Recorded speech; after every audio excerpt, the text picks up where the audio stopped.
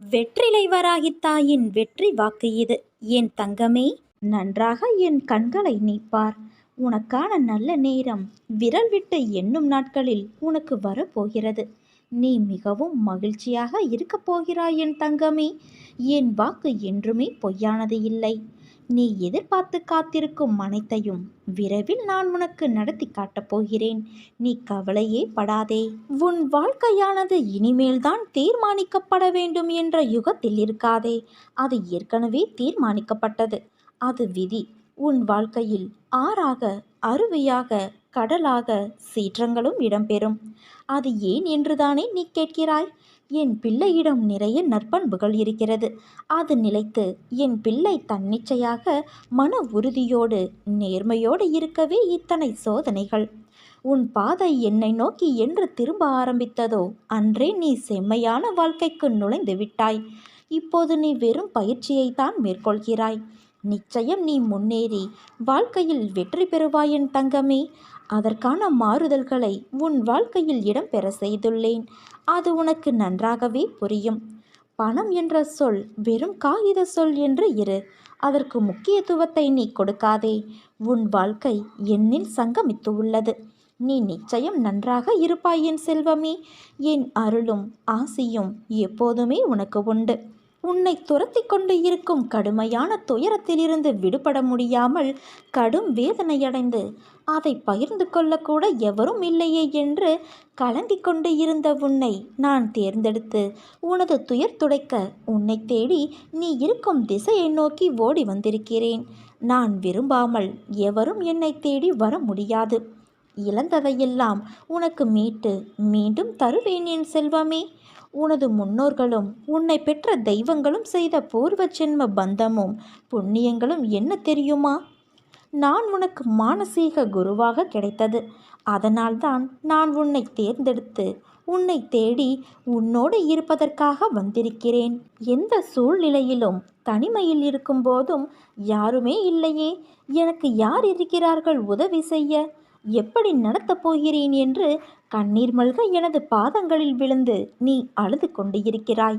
உனக்கு வேண்டியதை செய்ய நான் இருக்கும்போது நீ எதற்காக கலங்குகிறாய்? உனக்கு நான் குறித்துள்ள மிகவும் விரைவில் வரக்கூடிய நாளில் உன்னை தேடி வந்து வேண்டியதை தந்து உன்னை வழிநடத்தி செல்லவே நான் இருக்கிறேன். நீ விரும்பிய தோற்றத்தில் நான் உனது கண்முன் தோன்றுவேன். உன்னை பாதுகாத்து வழிநடத்தி உயர்த்துவதே எனது தலையாய கடமை.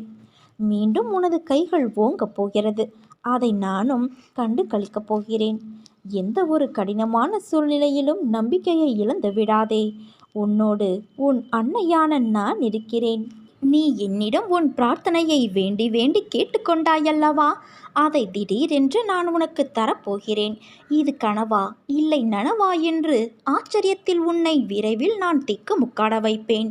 அது இன்றோ இன்னும் வெகு சில நாட்களிலோ கூட நடக்கலாம். அதை பெற்றுக்கொள்ள நீயும் ஆவலோடு தயாராக இரு. உனக்கும் எனக்கும் பூர்வ ஜென்ம புண்ணியம் இல்லை என்றால் நாம் வாழும் வாழ்க்கைக்கு அர்த்தமில்லாமல் போய்விடும். உனக்கு குருவாக இருப்பது கூட அர்த்தமில்லாமல் போய்விடும். நீ செய்த தவறுகள் பாவங்கள் அனைத்தும் பூர்வ ஜென்ம புண்ணியத்தின் காரணமாக மன்னித்து உன்னை அதிலிருந்து விடுவித்து உன்னை எனது பக்தனாக செய்திருக்கிறேன். என்றைக்கு என் பெயரை சொல்ல ஆரம்பித்தீர்களோ அன்றைக்கே உங்கள் பாவங்கள் அனைத்தும் தொலைந்து விட்டன. கெட்ட காலங்கள் முடிந்து விட்டன என்பதை நம்பாமல் இருக்கிறவர்கள் என்னை நம்புகிறேன் என உதடுகளால் சொல்லி உள்ளத்தால் தள்ளி நிற்கிறார்கள்.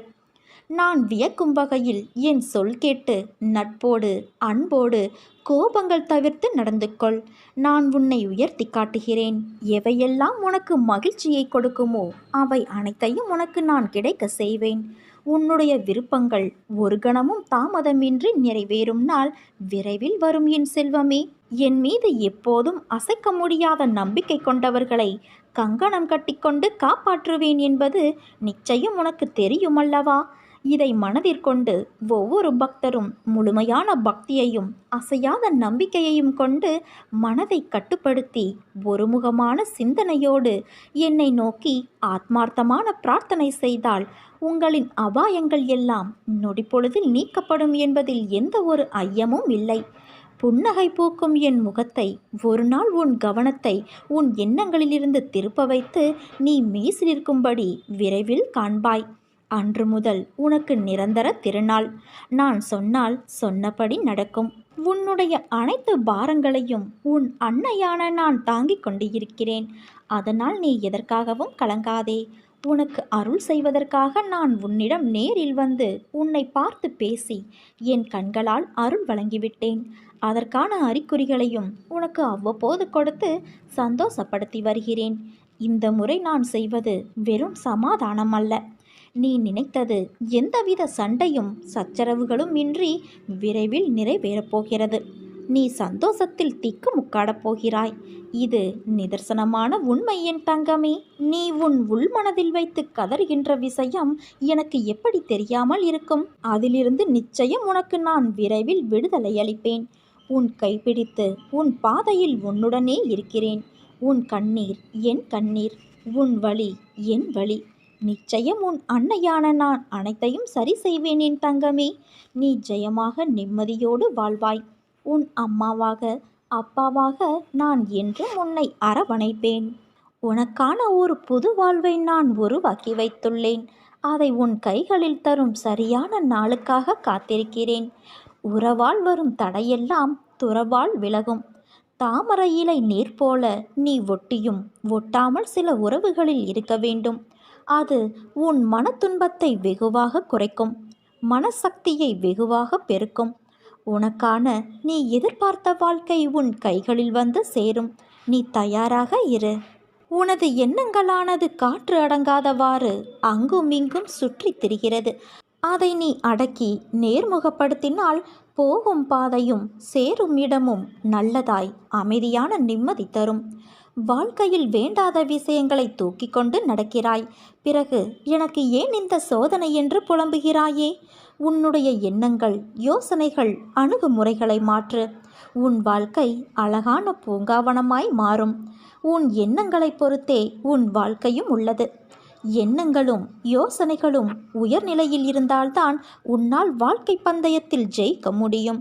உன்னை ஜெயிக்க வைப்பது என் கடமை. உன்னோடு எல்லா நேரத்திலும் உன் அன்னையான நான் இருப்பேன். உன்னை ஏளனமாக பார்த்து நகைத்தவர்கள் முன்னிலையில் கொடியாய் நீ உயர்ந்து நிற்கப் போகிறாய். நீ நிம்மதியோடும் மகிழ்வான மனநிறைவான வாழ்க்கையை வாழப்போகிறாய் என் தங்கமே. மரங்கள் வளர்ந்து இலைகளால், காய்களால், கடிகளால், பூக்களால் இருக்கும் மரத்தை ரசிக்க யாருக்குத்தான் பிடிக்காமல் இருக்கும்? ஆனால் அந்த நிலை வருவதற்குள் அந்த மரம் படும் பாடு தன்னையும் காத்து, தன்னை நம்பி நிழல் தேடி வரும் அனைவரையும் காத்து, தன்மேல் அடைக்கலமாய் தங்குவதற்கு வரும் உயிரினங்களையும் காத்து மிகப்பெரிய நிலைகளை கடந்து வருகிறது. அப்படி இருக்கையில் மனிதன் தன் நிலையில் வெற்றிகரமாய் நின்றிட எதிர்கொள்ள வேண்டியதும் கடினமாகத்தான் இருக்கும். சோதனையை தாங்கி நகர்ந்து வரும் அந்த சிறிது நேர போராட்டம்தான் உன்னை எப்படி என்று உனக்கே தீர்மானித்து காட்டும். ஒரு தாய் தன் பிரசவ வலியின் போராட்டத்தை தாங்கிய அந்த நிமிடங்களுக்கு பிறகு தன் உயிருக்கு மேலான குழந்தையை ஈன்று எடுக்கிறாள். தன் குடும்பத்தை தாங்குவதற்காக தந்தை எத்தனையோ போராட்டங்களை தாங்கிக் கொண்டு இருக்கிறார். இதே போல ஒவ்வொரு கட்டத்திலும் போராட்டம் இருக்கத்தான் செய்யும். அன்னையே, அப்படியென்றால் வாழ்க்கை என்றாலே போராட்டம்தானா என்றால் இல்லை. ஆனால் வாழ்க்கை என்றும் ஒரே கோட்டில் செல்லாது. அதை அடுத்த கட்டத்திற்கு எடுத்து செல்லும் நிலை பெரிது. அதற்கான சூழல் மாறுபடும். அதுதான் போராட்டமான நேரம். போராட்டங்கள் தான் வாழ்க்கையை வாழ கற்றுக் கொடுக்கும். அதைத்தான் உன் அம்மா நான் உனக்கு போதித்து வருகிறேன். நீ வெற்றி பெறுவாய் என் தங்கமே. இந்த போராட்டத்தில் நிச்சயம் நீ வெற்றி பெறுவாய். இந்த போராட்டம் வெற்றியடைந்தால் அடுத்து போராட்டம் இல்லையா என்றுதானே உன் கேள்வி. உன்னுடைய வாழ்க்கை அடுத்த கட்டத்திற்கு எப்பொழுதெல்லாம் செல்கிறதோ அப்போதெல்லாம் போராட்டம் தொடரும். இந்த போராட்டத்தின் வெற்றி என்பது மிக விசேஷமானது. எதனால் என்றால் உன் வாழ்க்கைக்கான முதல் தளமான போராட்டம்தான் நீ இப்போது எதிர்கொள்வது. அதில் வெற்றி பெற்றால் பக்குவம் என்ற பொக்கிஷமாக மாறுவாய்.